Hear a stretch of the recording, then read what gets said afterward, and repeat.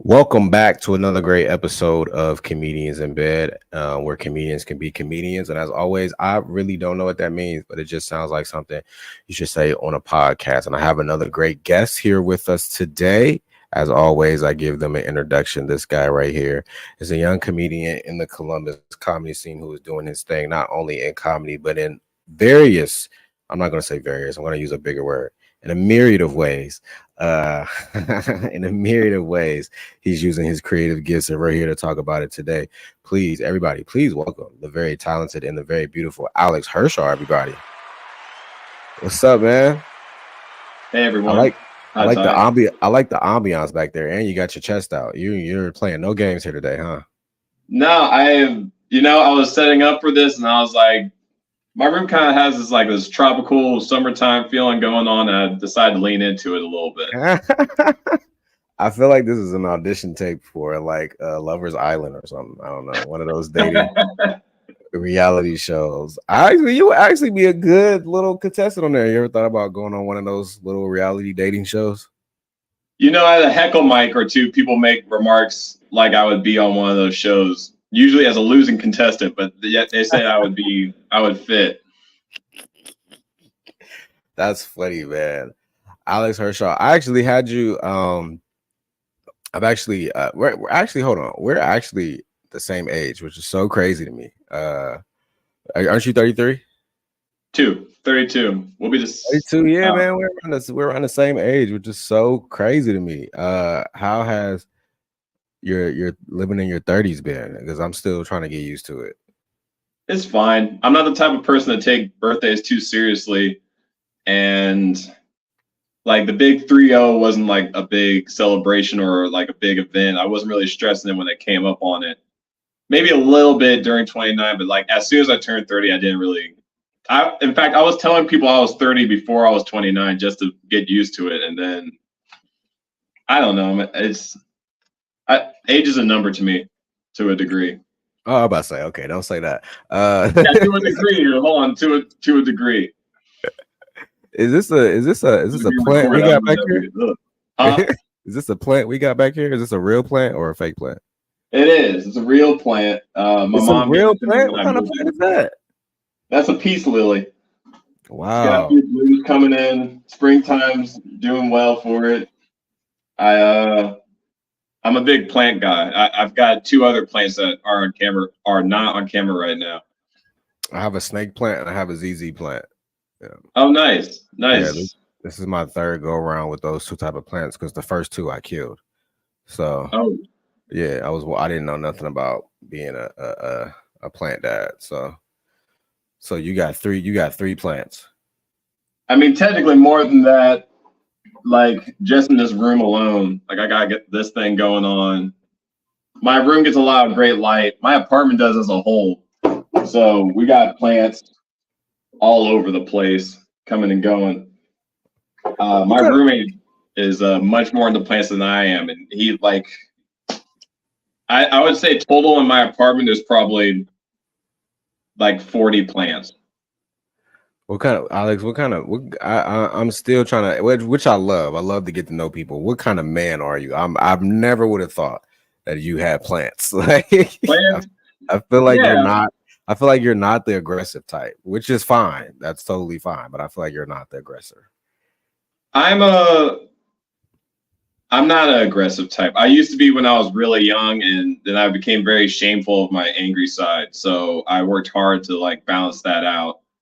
A lot of my family members have funny stories about me losing my temper as a kid, which I didn't really think that was funny at the time. Now I do, but I'm more of I kind of go with the flow. I try letting people do what they need to do.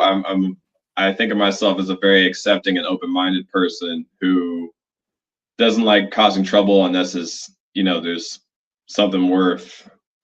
That's like keeping someone else from living their life. You know what I mean? I'll still be cussing on the highway when someone does something stupid, but I mean, I try not to, bring anybody else down. That's such a great intro for a Love Is Blind interview.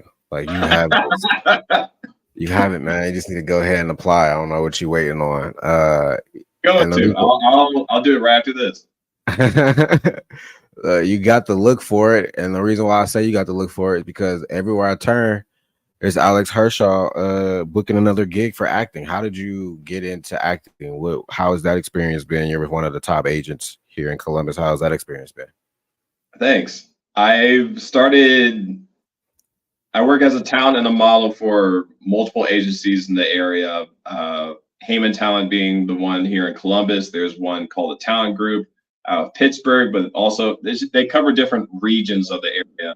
It all started from working in commercials as a assistant, like a production assistant. I was the guy that the director said, "Go fetch me a coffee," or like, "Go block off that street where we're shooting right now," or "Tell those people with the lawnmower, turn them off, we're recording audio." It's like the bottom rung of production work. I went to school for production, and that kind of leads off into a longer story. Anyway, while I was on set for a commercial, this was an overnight commercial for Big Lots, and like we had to do it while the store was closed. It was being done at an actual store, and it was like 3 a.m. in the morning, and we were stuck on this one part doing take after take after take. And what was going wrong was the actress was instructed to jump on the couch and like look relaxed, and she couldn't do it. It looked so unnatural. And I jokingly said something like, "I can do that. That'd be easy enough." And then someone was just like, "Well, why don't you?" And I don't know. That got me thinking about it. And it wasn't until like I did a few more productions after that. Then I ended up making small talk with someone who was already in the agency, and I got some info from her about it. And then eventually I just gave it a shot. And I was rejected initially, but the second time I auditioned, it worked out. And that was a little more than 2 years ago. Yeah, I always turn down Big Lots interviews. I mean, auditions. They're always overnight. Yeah. Pretty much, I turn down any audition that comes my way. I don't have the energy to do it. I need to stop being lazy and get back out there. But it takes more effort than people think.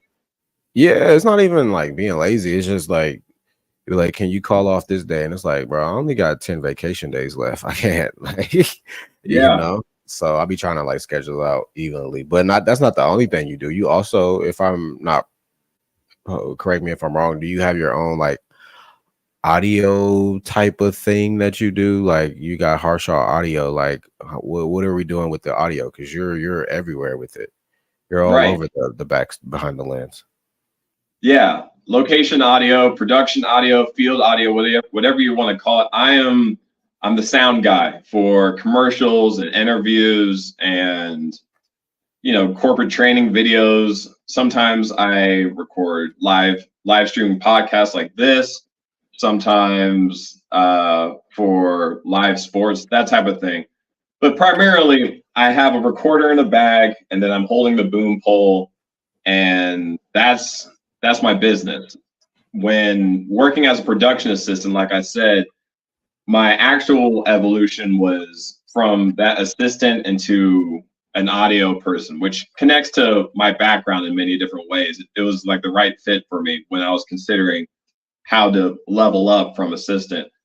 And the acting thing is just kind of like a split tree off the side, a branch off the side that, I have two different forms of income that I could do both freelance.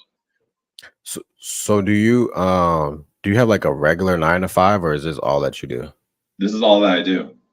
Wow, you're really gigging it. How has that something that you've done since college, or did you get a 9 to 5 and then you left and then you went to go do this full time? Like, how was that transition? The second one. I was 9 to 5 all the way until the pandemic. And when that happened, I was living in North Carolina at the time, and I moved back to Ohio to be closer to my parents and my family. Everything was upside down. And I was laid off from that job. And I was just like, I don't want to do that job again. and I don't want to do anything similar to that job. But now that means my resume is worthless. I can't get it. I have no experience anymore because I can't. All my experience I don't want to do anymore. So I started thinking about what I wanted to do next, and I went to school. I went to Ohio University and graduated with a degree in media, and that I was like, well, I might as well give it a shot. I might as well go back into it. And I had a friend that was already working as a production assistant at the time. He put in a good word for me, and that's how I got started doing that back in 2021. I think was my first gig, and that's been me since. Oh, you got big balls, bro. I'm still afraid to take that leap of faith, just live from gig to gig. I mean, I know eventually I'm gonna have to do it. You want to be a full-time comedian, but it's just, I don't know. It's a big leap of faith that everybody has to take. So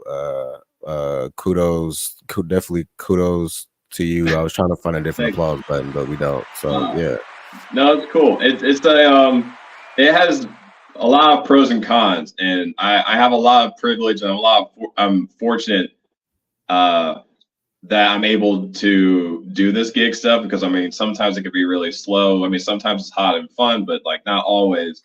And also, I have to give myself some credit. I made life decisions that allow me to be flexible and to take these opportunities without really stressing on it. So I'm just trying to do the most with the cards I'm dealt.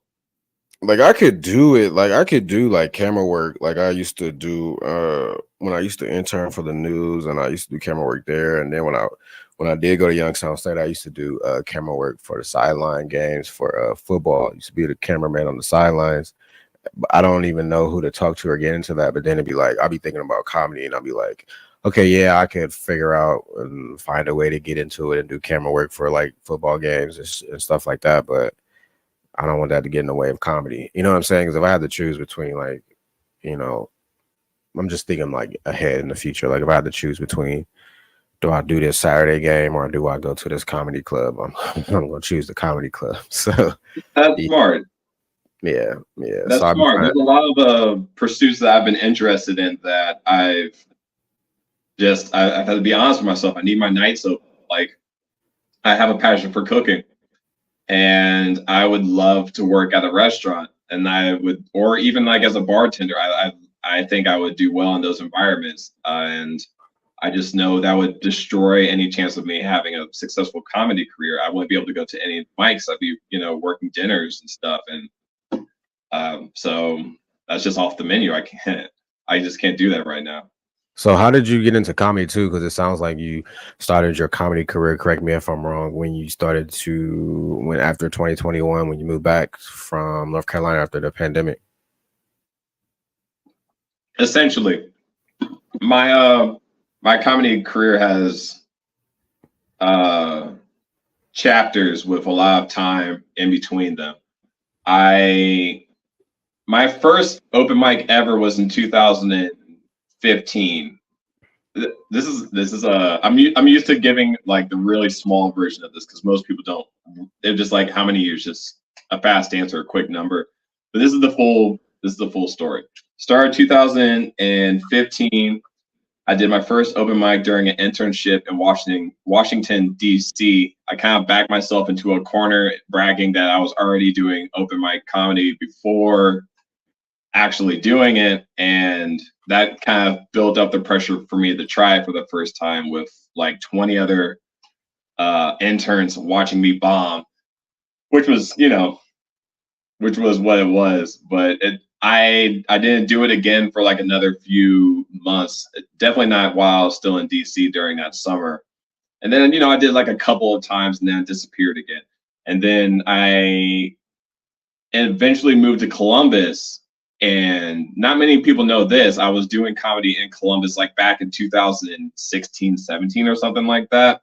Not that often, but like I was at Fours back when it was called The Barrel, and Sean was hosting it in that back room that's not even used anymore.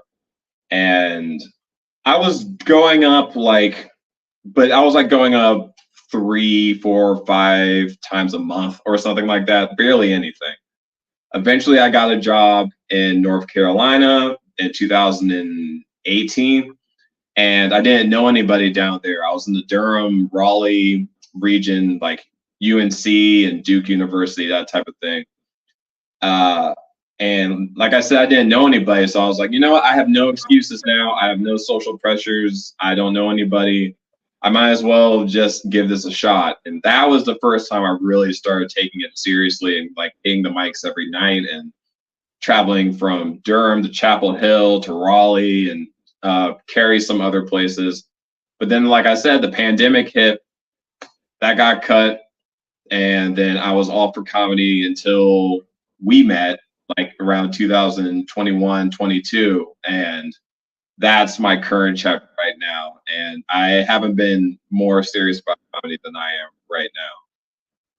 How does it feel to, I don't know, I guess like my experience has been like growing up, sometimes you may see some people take a chance on you. Sometimes you made people pass up on that chance. But I've realized that as you've gotten older, you will still get people that would take chances on you, and you will still get people who won't take chances on you. But the number one person who won't and will take chances on you is yourself. So how has it been taking a chance on yourself these past couple of years? How has that journey been? You kind of touched on it a little bit, but just more specifically of just like sink or swim. Like you're not, I mean, you might, who knows, it's not no shame, but you might call your mom, you might not call your mom, be like, hey, I get some grocery money. Like, how has it been like really taking a chance on yourself? Are we speaking specifically comedy or just like as a whole? Just a whole, like, you know, you working for yourself, you know, when you get paid is when you get a gig. So like, you know, it's hard. I'm not great at it. I would be a much better comedian if I was better at it. There are definitely nights that I've been in this very same room thinking about going to a mic, and I'm just like, man, my jokes are shit right now. I need to spend more time working. I need to be writing more. I haven't worked on that tag since the last time I went up. I should be doing something. Just coming up with bullshit not to go out, and I have to be actively trying to overcome that and remind myself I don't need to be perfect for open mics. It's more important just being up on stage. I don't know what's going to happen. I might come up with new jokes on the spot or new tags or whatever. There's so many benefits to just getting up. I can be a real perfectionist and keep myself from getting better. And it's something I work on all the time, man. I really don't have an answer for it. I am good enough to get along, but I know my ceiling is much higher if I can just give myself permission to fail and to learn and keep going. Well, one thing I realized today, I've known it for a while subconsciously, but I just realized it today. Like, really, sometimes going on stage is writing. You know, you may tell a joke a certain way, and then the audience is there. Now you're telling the joke in front of people, and there may be one individual that may react to the joke a certain way, and now you come up with a random tag on the spot, you know, and now you could add that to the joke. That's writing. So whenever you feel like I always have designated days where I do write, but also like one of my writing partners, he'll say, I don't think this is funny. And I get what he means by that, because sometimes I might write a joke and be like, I don't think there's anything there. But you really never know till you go on stage. Like some stuff I go on stage and I say something, and a part that I didn't mean to be funny, turns out people just bust out laughing. So you never really know what is funny and what's not, you know what I'm saying? So only reason you know is if you go on stage. I completely agree with you. And I wish I can. It's ridiculous that I 100% wholeheartedly agree with you. I would tell other people the same thing, but then it's like a demon, man. It keeps you from going out sometimes. I feel like all of us definitely overthinks, but as a comic, you just gotta constantly remind yourself to stop overthinking. Like, yeah, you know, however you thought that you were funny enough to do this, like, let that be the main reason why you keep going up there. You know, like, I've been cracking jokes since like I've been alive. You know what I mean? But like I used to get in trouble for it. And you know, and if I were to still associate telling jokes with getting in trouble, I wouldn't be doing it. But I don't think that way anymore. I feel it. And even I think maybe in middle school, I started to notice like when I make people laugh, it makes me feel better about myself. At the time I was depressed, but I just noticed how much joy I had when I did that. And so I was like, I want to do this more. And then once I, after late 20s, after years of just pushing it off, I was like, man, let's just go do this, so whatever the reason is you got into it, let that be the reminder as to make you go if you don't feel like going. If you like second guess and be like, I don't got it tonight. You never know, You never know. I appreciate that. That's good advice. And obviously you're doing something right because you're in the Columbus Comedy Festival, which is one of the reasons why we brought you on here. Tickets are on sale now. You are going to be, I believe, at the Nest Theater. Yes. Is it called the theater? Yeah. Okay. So what was that process like? I mean, you're still young in your comedy journey, and I wanted to get a young comic's perspective on, being in their first festival. I know nobody really knows what this festival is or what it will be. Probably 5 years or 10 years from now, we'll really get to understand the magnitude of what we are doing here. But tell about the process of like getting accepted and how you felt about it. I felt fantastic about it. It's things like this that really remind me that I'm doing something right. Like you said, it's a milestone in my comedy career for sure. I had been working on a joke recently that had been doing really well. Like one of my first jokes, I'm like, all right, this is kind of like my secret weapon. If things aren't going out, I can pull this out and get some laughs. And I took a recording of that. The great Eric Basso recorded me during a set at the Attic Comedy Club. Shout out to the Attic, great place. And I submitted that I was just like, why not? I'll shoot my shot. Like the rest of the set is okay. It's not super fantastic, but I have to say it was one of my better ones. And then I don't know, they got back to me and I'm not like headlining or anything. I'm not sure if I'm on any of the posters, but I'm on one of the stages. And you look at a music festival poster, and even those people that are like all the way, you got to take the magnifying glass out to read their names way down there. I mean, they're part of the festival, and that's how I feel. I'm honored about it, and it's cool to be a part of the first one because, like you said, I could see this one really coming up through the years, and I could tell my grandkids. I was like, yeah, I was there for number one. It's nice to have someone take a chance on you and be like, to believe in and to believe in my abilities, Yeah. Like yourself, you booked me for one of your shows, and that meant the world to me. I mean, that was my first Columbus booking, and since then I've been on 3 other shows. So it's like it's those kind of milestones that give me more confidence to get over that demon and go out and reach my potential and have fun. It's always fun going up. Yeah, but when you told me you haven't been booked before, I was like, really? And then I had to really think about like, well, I don't really be paying attention. I was like, how long has he been doing comedy? And then, we started talking a little bit more. And then once you told me you haven't been on any shows, I already knew I was going to start producing shows again. So I was like, well, I'll just book them. One, because I was just shocked that you haven't been on any shows. 2, because I felt like you were getting better. And then 3 is like, with young comics, like especially like in this scene, there's more open mics than actual live shows. And I just feel like how you guys get better is just by being on shows, like just doing open mics. It's just not going to work all the time. So I wanted to give you that opportunity, and I felt like you were ready for it. It was only 5 minutes, so I was like, you could do 5 minutes, So, and I felt like you did. I felt like you did good. I felt like you were ready for it. I felt like you had fun. It was a sold out crowd. It was fun. You did good. You did a good set. And I was happy to be able to give you that opportunity that I felt like you earned. And plus, like, you around the same age. If it was somebody like in their 20s, I'd be like, all right, I throw a couple more shows. But you were around my age. I was like, yeah, I gotta look out for my nigga. Put him on show. I appreciate it. It means it really meant the world to me, and that was a killer lineup. I was happy to be a part of it. Yeah. what was I about to say? I forget. Okay, yeah. All right. So before we get into the last series of questions, I got one more question for you. What is we doing about the dating? Because like my nigga, you ain't got no kids.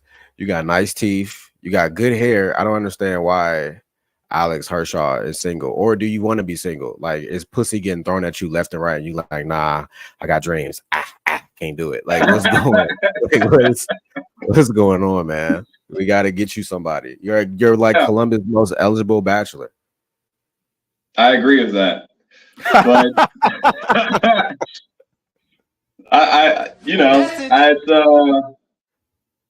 I'm not 100% modest. I mean, I'm a booked model. Like I realize I'm smart. I'm funny enough but I'm actually been addressing this on stage a little bit, kind of doing some self-reflecting and seeing why that is. I mean, like I'd love to have somebody, or at least to have some multiple somebodies going on a regular basis, but I'm actually very much introverted, and like besides going out to the open mics, I don't really have too many friends in Columbus that I can even hang out with. I feel like a lot of people meet women through like their coworkers, or like somebody on like some team that they're a part of, some club or something like that.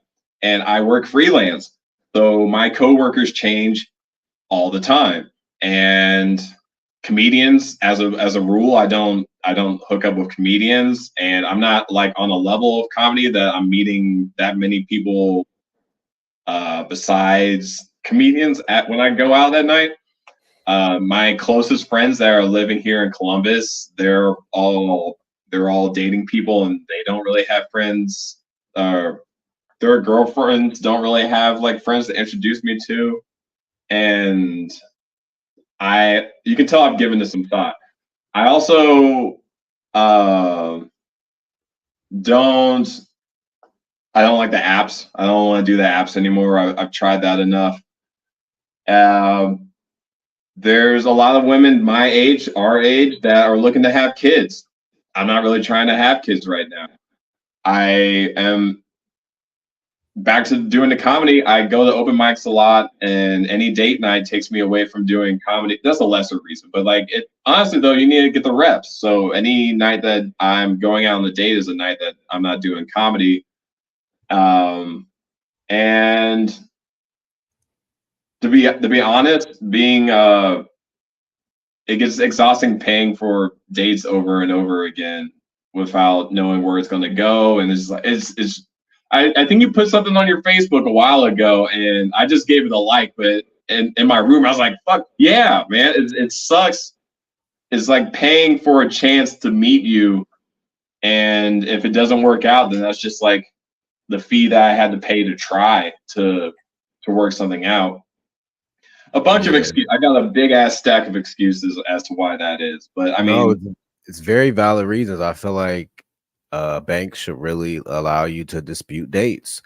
That's a joke. That's a fucking joke right there. You should be able to dispute fucking dates. If it don't work out, yes, I want to dispute the $110 I just spent on this bitch. Like I did, it wasn't worth it. Obviously, we saw some red flags. Like, take that bitch back. I'm at the point that I'm like, let's have a phone call before we meet up in person. Like, let's.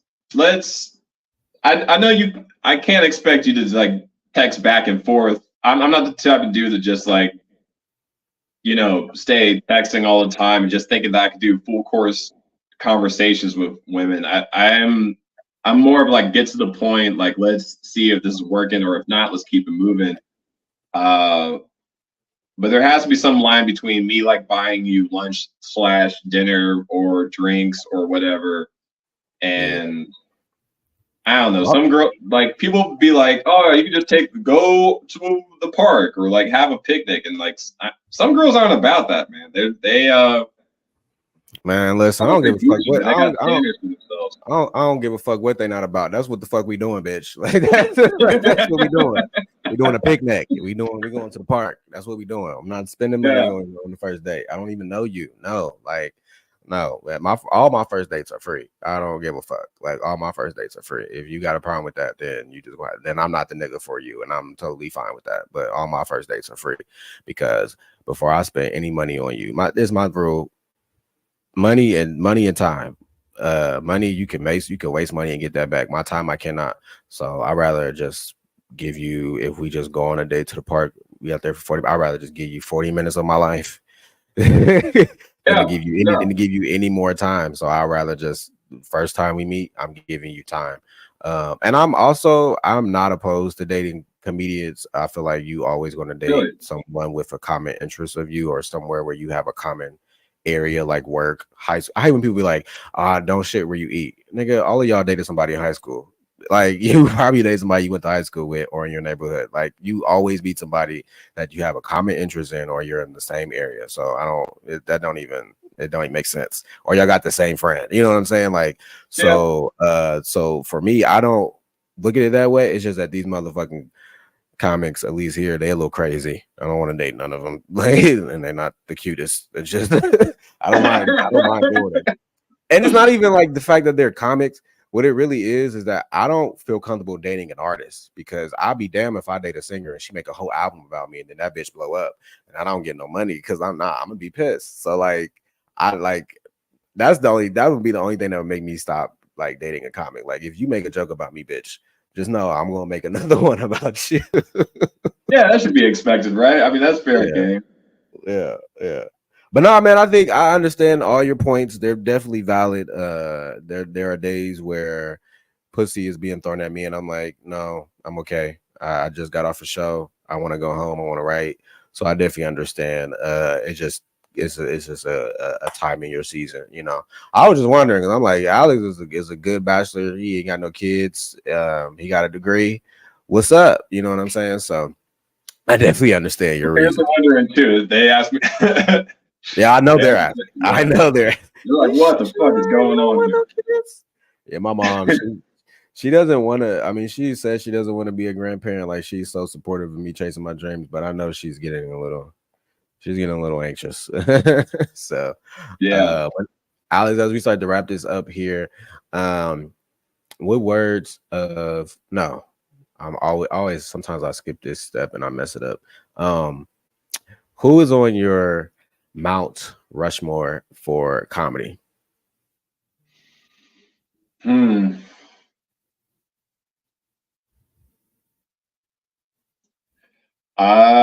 gonna put. You know, I often overthink this question. I'm just gonna tell you who I'm thinking of right now, and like you might hear me say something different in like the next time I'm on the podcast. But right now, I'm thinking I'm a big John Mulaney guy. I think his writing is excellent, and he brings something very unique to the stage. Dave Chappelle is a big reason. I mean, it's almost like default that you have to say Dave Chappelle in this conversation, but like he is a big catalyst of why I got started in the first place. And I'm not even really talking about modern Chappelle, but like back when I had For What It's Worth on my iPod video, and I watched that like anytime I could. I had the words memorized to that shit, and I couldn't get enough of it. Bill Burr, I'm a big fan of. I'm gonna say Bill Burr's on that. Just because I almost dislike Bill Burr more as a person. Like I listen to his podcast and stuff, and I feel like I know the guy, and I feel like his principles, and I feel like I vibe with him without even meeting him, honestly. And he can be rough around the edges, but like his jokes are smart. He acts stupid, but his jokes are smarter than they seem, and you can tell he works hard on it. He's one of those old-fashioned. I grinded it out. I slept on futon. I ate mac and cheese out of the microwave and that type of thing. And he just seems like an old school champion of the game. And who would I say is my fourth? Okay. Huh? I was saying, okay. That was very diverse. My fourth, I would say Eddie Murphy. I'm gonna say Eddie Murphy right now. And I know his career was brief compared to some other guys or women, whatever, to other comedians, but Eddie Murphy just, to me, he's just a pure example of just raw comedy. Back when he was like thriving and wearing those skinny ass suits, like he's one of those people that I could tell he put in work to be as funny as he was, but there's some people that like comedy just seems like breathing to them, and when they go on stage, it's just so automatic, or at least they make it seem that way. And he never seemed like a person that he like took hours and hours out of his day writing and like putting jokes together. It just, I mean, hell, he did Raw when he was like what, 21 or 20 or something like that, and it's just nonstop. I wish I was that naturally funny. I have to work on it a little more than other people, and yeah, that's why I'm going to put him at number 4. He's an inspiration to me to be more just naturally funny instead of like calculated punchlines and that type of thing. Good job. Good job. What words of encouragement would you give to any comedian that's listening to this right now? Well, first of all, fight those demons. Keep going up on stage. Be open to feedback. Collaborate with others, and have fun. Fun is contagious, and if to be any good at comedy, you got to do it a lot. It's got to be nonstop, and you might as well have fun doing it. It shouldn't. It's work, but man, I mean, the cool part about this work is if you're having fun, and you're more likely to make the audience have fun. So keep that in mind. If you ever start feeling depressed, or like if it feels like you're forcing yourself to go, or you feel some obligation to go, just stop, cut it out. You don't have to like make it a whole career if you don't want to. Maybe like there's a week or a month that you feel that you're into it, and then a week or month that you don't, and then you're in or out. This is kind of something I struggle with. I know this is like kind of a wrap-up question, but this is something that I try to be like nice to myself when those periods in between where I haven't gone up that much. I'm like, I don't want to sweat this and like make myself anxious about this.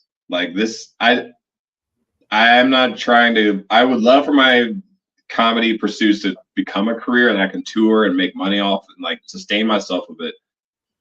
But I also realize that most people that go into any art as a musician or a comedian or something like that with the intentions of I'm going to make it big, I'm going to make a bunch of money, they usually burn out and get stressed. And it's like, I don't know, I'm 32. Like likely it's not going to work out for me that I'm going to be headlining big stages. It'd be awesome if it did, and this podcast would be amazing if I'm watching it in like 10 years. I'm like, you're wrong, nigga. But yeah, just do what feels right. If you're serious about making a career about it, just know what you're gonna have to put up to do it. But if not, just turn it off. No one's gonna be mad at you. When you come back to the mic, no one's gonna call you out on it. Just do what feels right. Message. I ain't gonna lie, 2 things. That's the first time I ever heard you say the word nigga. The first time. I didn't know you had it in you, dog. I didn't know you had it in you. And then 2, I try to watch my words carefully. If you say out of your mouth that more than likely it'll never happen that I'll be a headliner, then that's exactly what'll happen. But if you feel like that's what you want to do, regardless of what it looks like now, you should probably start speaking that, so that way your life could start to line up to match what you're saying. And that's wholeheartedly what I believe. And I believe that because A, I'm Black, 2, I believe in God, and I'm broke as hell. So I have no other reason to not think that. Like that's all that I have. So take that with you. Go ahead. That's my demon talking. I feel like that's my insecurities and anxieties that I was mentioning. But yeah, it's kind of hard that you're talking about. It's kind of hard to think that when you have kids, but you don't have kids, man. Like you'll be fine if that's what you want to do, man. You could do it. Can't nobody stop you but you. So and the first thing that stops you from doing that is how you feel about yourself, the thoughts that you have in your head, and probably the words that you use. Like being this broke for this long, one thing that has taught me is that my words actually have currency. So I try to even on stage, I try to watch like certain jokes that I use. Cause What do you mean by that? so Like like what if jokes do you, I mean, I was thinking you meant like just in like in life when you're like thinking about how you speak of yourself. It's interesting that you say on stage you're like being careful with your words when it comes yeah, to so even man. like even as a comedian, like as a comedian in general, you should watch the words that you use because if I was writing a joke and I said in the joke, I have a big nose, it may land, people may laugh, but if I say I have a big ass nose, I may get more laughs. So like every word counts in comedy.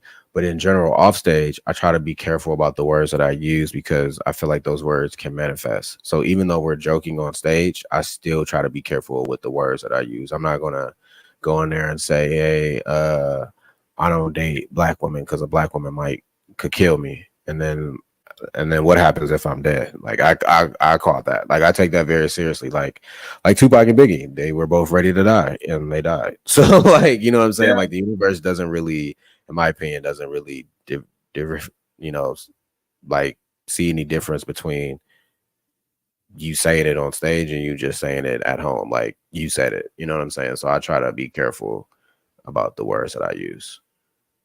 that that makes me think harder about manifestation as a whole. Like I think of myself as a very practical, data driven person, kind of a pessimist to be honest. Just thinking what could and what like by probabilities of what could or couldn't happen. But um, I'm also not skeptical of putting out positive reinforcement, speaking things into reality. But I guess I just don't follow as much as I could or should be doing. So that's something I'm gonna be thinking about for the rest of the day. That's for sure. I think maybe I had like a very my mom isn't anymore. Both my parents were just very negative growing up, so I heard a lot of negativity, and then I just couldn't take it no more. So I just try to speak and think things positive because I don't live with them anymore. So I create my own reality. I'm not with anybody. I don't got no kids. Like I create my own reality, my own. Any if my peace is disturbed, it's because of me, because I invited someone in that probably shouldn't have been in. So I just try to be careful with the words I use, how I use my time, and I don't know, like when even though I'm not doing what you're doing now, freelancing and everything and going gig to gig, I still uh am just realizing how much more of control I only control what I can control, and my Yeah, mouth is one thing I can control. Like, you know what I mean? Like, 100%. That's right. I just really like I can't control if someone takes me on the road with them or if this joke lands or not. But what I can control is the work ethic I put towards it and the effort that I do, the overall effort in a myriad of ways, whether it's mental, spiritual, or physical, how much work I put into it, So I just respect something to that. think about. Yeah. Because Yeah. I think you're a good comic. Thank you. I think, or being early on, I could understand how you could possibly see like I'll never get to this or this is a long shot. But there's more comedians that's not on TV that we don't know of. We just don't know of them because we're not in that position to know them. You know what I mean? But I think if more comics realize that there are headlining comics out there that tour the world and make six figures, and you'll never know who they are, and on Netflix they'll be more prone to be like, yeah, I want to be a comic and I want to do this full time. Like it's attainable. We just always just see the ones on Netflix and shit, and we just be like, oh, that's going to take a long road to get there. Yeah. And I get that, but yeah, if that's what you want to do, you can do it.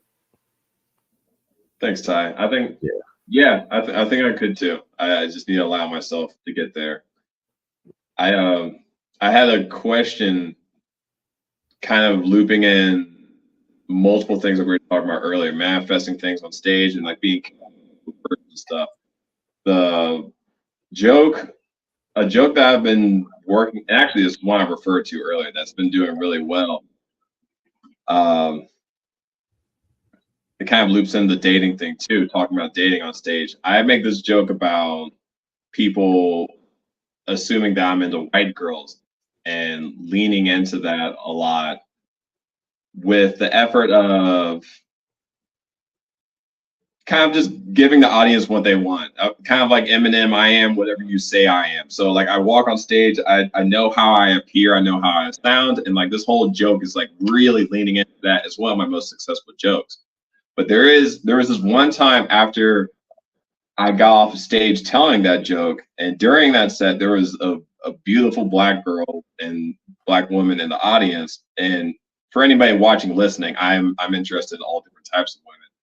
But in this joke, it very much seems like I'm just in the white girl's message.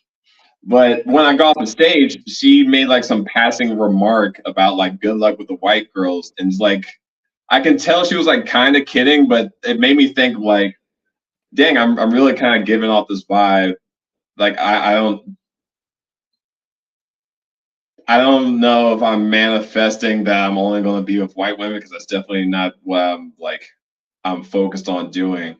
I guess what I'm trying to ask is like, when being careful and choosing what to say on stage, how much of it should it be like giving the people what they want versus like saying things that are like actually how I feel and how I resonate with. I mean, I can't really. I think you're kind of picking up what I'm laying down, but I really can't think of how to put into words. I will say this: like, hopefully, no one knows you better than you. So if that's your reality, that you give off a vibe, and you just said it, like you're open to dating whoever, so it is true that you do date white girls, Asians, Indians, blacks, all of the above. So yeah. I think it's true, and if you're speaking on the truth, I think that's fine. I don't think there's anything wrong with that. I understand people questioning that, but they've only known you for 5 minutes. Yeah. And you've known you for like 32 years. So like I have jokes about myself, and some people be like, I remember one time I was on stage and I said a joke like, I'm the type of guy that women hit up after they had an STD scare or whatever. And everybody was like, oh. And I'm like, and my response was exactly on stage is, I've been me for 33 years. I know me. Like, you know what I mean? Like, you can't tell me the experiences that I've had. Like, I know my experiences. I know that I don't put out the energy of a hoe, so I don't really attract hoes. So I don't get pussy thrown at me like left and right. So, but if you look at me and the way I carry myself and the way I dress, the way I talk, the confidence that I have, it would give that off, and people be like, there's no way. And I'll be like, no, there is a way. Like, you know what I mean? Like, people be like when I talk about white women, people be shocked when they be like, you've never been with a white girl physically. I'm like, no, and probably will never be with it. I don't think there's anything wrong with it. It's just not, that's just not my thing. That's not really a desire that I have. And white women don't really come at me that way. So, you know, you can't really tell me that I'm wrong for that. So I feel like long as you're going up there, this is my thing, long as you're going up there telling the truth. So like, I think that's what I wouldn't say, instead of me saying broke, I could say something like financially challenged, or as I'm on my journey to financial success. You know, I try to find a creative way to say what I'm trying to convey. And then also too, long as it's the truth. So it could either be your version of the truth, which, you know, you could be like, my ex, she broke up with me because I didn't communicate well. And that might not actually be the truth, but that's your version of the truth. You know what I'm saying? And you embellish that on stage. Nothing wrong with that. Or if you're actually telling the truth, you know, then there's nothing wrong with that. As long as I'm rooted in truth and it's painting like a, you know, as long as I'm rooted in truth, I don't really care. I just try to be careful about how I paint people. Like, I don't want to go up there and bash black women, but then again, I also don't have a problem with it if it's the truth. Like, I'm not saying all black women, but maybe my ex did something wrong. You know what I mean? Like, so Yeah. I try to, like, if it's something general like that, I try to make it specific. Like, not all black women, but this particular black woman did this, and I feel this way, XYZ about her. So, yeah. That's the part to me that makes comedy hard, is like thinking outside of the box like that, instead of just trying to go up there and tell an abortion joke because an abortion bill just passed. Like, that has nothing to do with me. I've never had an abortion. I don't plan on having an abortion. If I do have an abortion, then at that time, then I'll make an abortion joke. Like, it's not my reality, you know? So yeah. But Do you I think feel like can nobody tell you about you though? So then, like, do you avoid topical material as a whole, or only if it relates to something in your life, or like, could you Yeah. write for Stephen Colbert at the Tonight Show, like when he's just like doing his opening monologue, just talking about stuff that happened in the news? Current events, I can do that. I like current events. Only reason why I don't really write on current events all like that is because depends on how the current event is. Like, I could write about Diddy. Like, I feel like that's a current event that's going to be going on for a couple years. You know, Yeah. we've been hearing allegations about him being gay, having these parties, throwing these wild sex parties for years. So that's something that you could have been made a joke about back then, and then you could still have it, and then, you know, upgrade the joke, you know, write different stuff about it. So if it's a current event that I feel like is going to last, then yeah, so I can do that. I just particularly write about myself because those are the easier jokes to tackle. Yes, I've been writing all my life. I feel like I'm a solid writer, but I'm not at a point comedically where I can write about, you know, I just said it, like abortions, and convey it in a way that could make it be received in a good way. Now, obviously, everybody's not going to like your jokes no matter what level you're at, but, you know, at least receive it in the way where I feel like, okay, I conveyed this good enough so I feel like I can present it to somebody. But usually I just try to stay on topics about me and my life. I think that's partly I've had advice to do it that way, and that's how I found the most success. And then two, I always just saw like me doing comedy as like me going up there and just telling my testimony for real. Really? Like, I feel like me going up there and doing comedy is my ministry, and my ministry is in the gift of healing, and in the realm of healing, it's just with humor and laughter. You know what I mean? So I just go up there and use it as like my testimony. And if you look at pastors when they go up there, yeah, they give you the message, but sometimes they may tell you something personal. They may tell a little jokey joke or whatever. So, you know, so I just try to think of it like that way, to be honest with you. I'm still nervous. I still get up there. I'm still shaking, full with anxiety. But yeah, I just try to go up there and talk about me, because I don't really be caring what anybody else doing. Like, you know what I mean? Like, I mean, I might make my jokes here and there about something if I feel real passionate about it. Like, you know, like my Netflix joke. But that, in the sense, that joke is still about me. Like, I love, like, I can come home all day and just watch animal documentaries. I love it. So Yeah. And then it flips. Yeah. One of my favorite jokes of yours. Actually, I would say that's my favorite joke of yours. That of recent memory, anyway. And you're right. It does kind of come back to you when you're like giving the grocery store example. Like, I'm not gonna, for anybody who hasn't seen the joke, it's amazing. Come out to one of Ty's shows and you'll hear it maybe. But it's it fits what you're saying. That's a very soulful way of explaining comedy, like doing your comedy, like having that spiritual, I don't know, release when you're on stage, being able to like express yourself and go through it like that instead of poking fun at other things. You're talking your story and making it funny. Well, I think because I grew up in church, and just like one of the churches I used to go to, I'm not going to say the pastor wasn't a fan of comedy, but I've never really heard him say anything positive about it. And once I found out, whenever I found out that, you know, laughing is good for you, it adds years to your life, I'm like, this isn't really a negative thing. You know, it could be used as a negative thing, just like music. You know, music is a positive thing, but it could be used as a negative. Anything could be used. I could use an iron and turn it into a negative thing. You know what I mean? But like, and so once I felt like that is what I was called to do. I wasn't really sure how that operated, how that worked, what that looks like.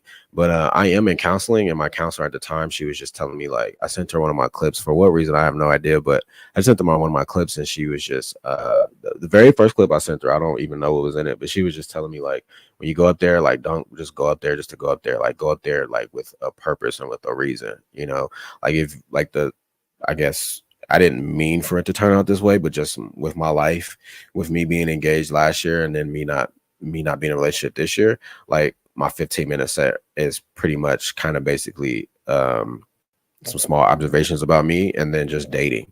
I didn't mean it to turn out that way, but I was just writing about what was going on in my life at that time. So my 15-minute set right now, the purpose is to talk about dating. I talk about my engagement. I talk about me date. I say I'm dating, but I'm not dating. It really just came from like a reel that I made about, like, when I do go on dates, I do wear certain shoes. So I was like, okay, just make a joke about that. So I have a joke about dating, but I'm not dating. And then I tie it off with, the transition is I'm looking for someone to Netflix and chill with, but I'm really not. It's just a transition into my next joke about Netflix and what I really like to do, about what I do now by myself, or even when I'm in a relationship. So I just always try to focus on me and talk about me, what's going on in my life. Like, the reason why I like that joke that you have about you is because, yeah, you do give off vibes that you only date white women. You know what I'm saying? And then, but there's nothing wrong with that. And then, maybe when you might feel like you're finished with that joke, but you could keep that joke for like the next 2 years, and then the ending could change too.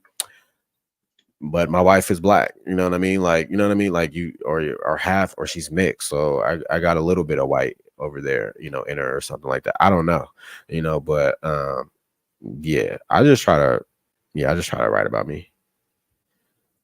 I get that. I would say I mostly write about myself.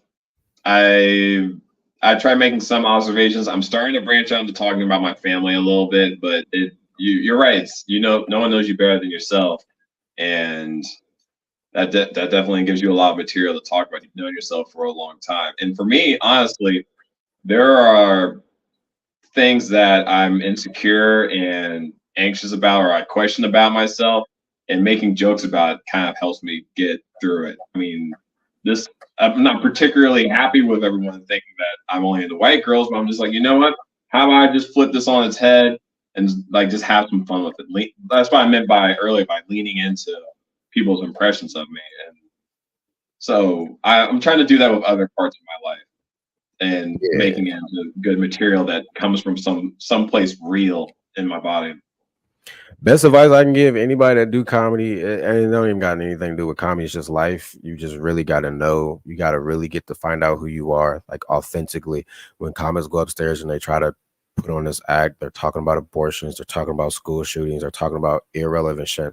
That has nothing to do with them. It just, yeah, people may laugh, but it's not authentic. It's not authentic, and authenticity is going to last. Even in music, you may hear, like, what's his name, Famous Dex. He had a very popular song. I can't remember it because he's not even relevant anymore. He still make music, but no one's checking. No one's checking for him. So you really gotta just really get to know yourself authentically, and that's another reason why people don't talk about themselves on stage, is because they don't know who they are. They're very insecure, So if you look at the comics who talk about themselves, they know who they are. This is who I am. You're gonna embrace it or not, but this is who I am. So any comic out there, just get to know you, be authentic on stage, and it is what it is. Like, I'm pretty, like yourself. I didn't notice it until you said it. I'm an introvert too. I do talk. A lot of people don't think I do talk, but obviously I have a podcast, so I talk. You know what I mean? Like, I just choose who I talk to when I want to talk. That thing, and the third. But, like, yeah, I'm a calm guy. But I feel like if you listen to my jokes, sometimes I kind of got a wild side. I kind of got a crazy life a little bit. I say crazy things. So, and I go up there and I just be me. Like, sometimes I'm up there energetic, sometimes I'm up there and I look like I don't want to be there. That's just what you go to get that day. So I've seen both of those ties. Yeah. So I just feel like if you go up there and you be your authentic self, that'll push you further than being funny. If you write all the time, if you go on stage all the time, that'll push you further than being funny. Funny is probably like I mean, it's important, but it's not the most. And there's so many other things and factors that play into you getting spots and just being funny. I know a lot of people wish it would just being funny, but it's not like that. So yeah. I'm glad you said that. I don't think many, no, I'm not gonna say many. I don't think enough people realize that.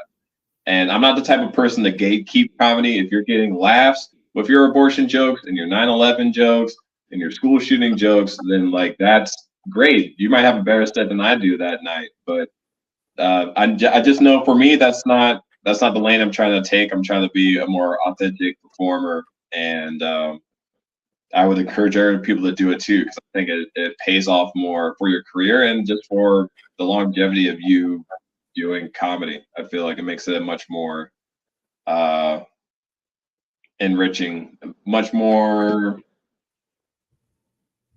I don't know, valuable experience than just, offending people for and whatever low hanging fruit. Honestly, if I gotta be honest, but again, not gatekeeping. I'm not really against that. What's important is that the audience laughs.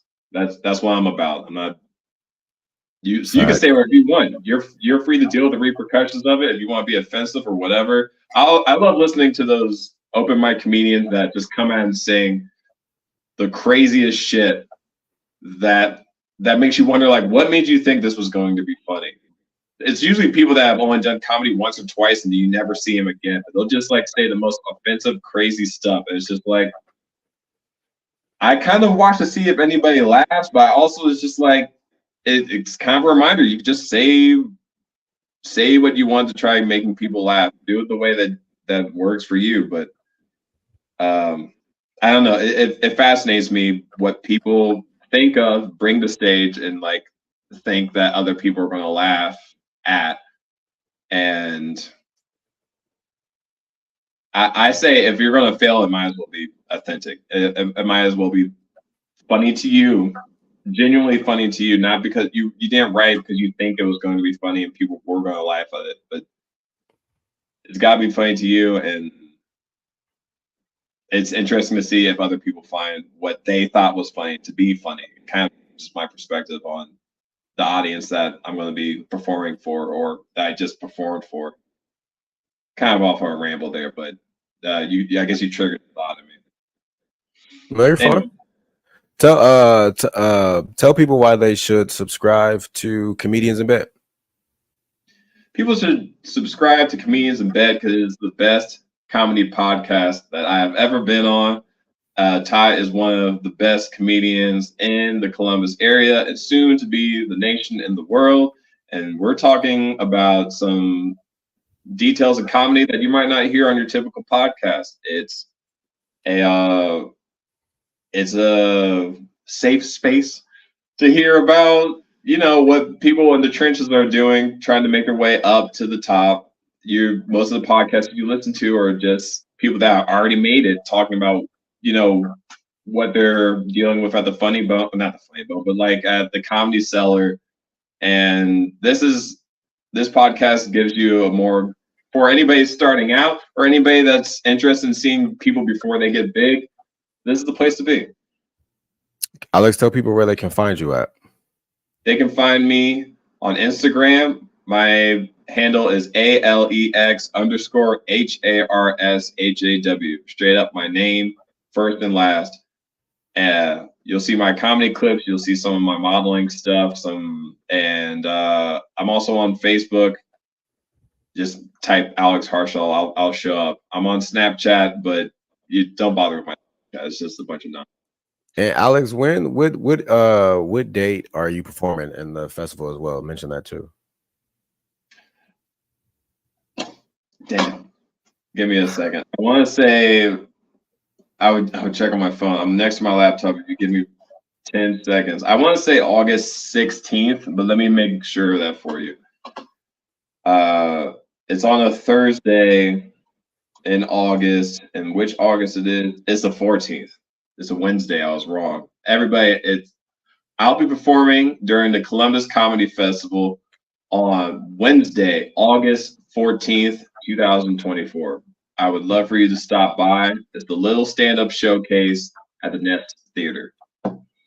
Tickets are on sale now. If you want to see this next week's episode, be sure to subscribe to my YouTube channel at TYE Comedy, or you can subscribe wherever you listen to podcasts. If you want to listen to it on the go, if you want to see weekly clips, go ahead and add us on Instagram at Comedians in Bed Podcast. We stream every Tuesday at 11 a.m. live on my YouTube page, Eastern Standard Time. We're going to see you guys at the Columbus Comedy Fest. Alex and me we will be there. Thanks for joining us this week. I want to thank Alex again for checking in with us this week. He has plenty of big dick energy, so make sure you ladies who don't want kids, you make sure you flood his DMs and you tell him, hey, all right, he likes them all. He's a sherbet ice cream. All right. Make sure you take care of my guy. We'll see you guys next week. Alex, thanks for joining us. Once again, we'll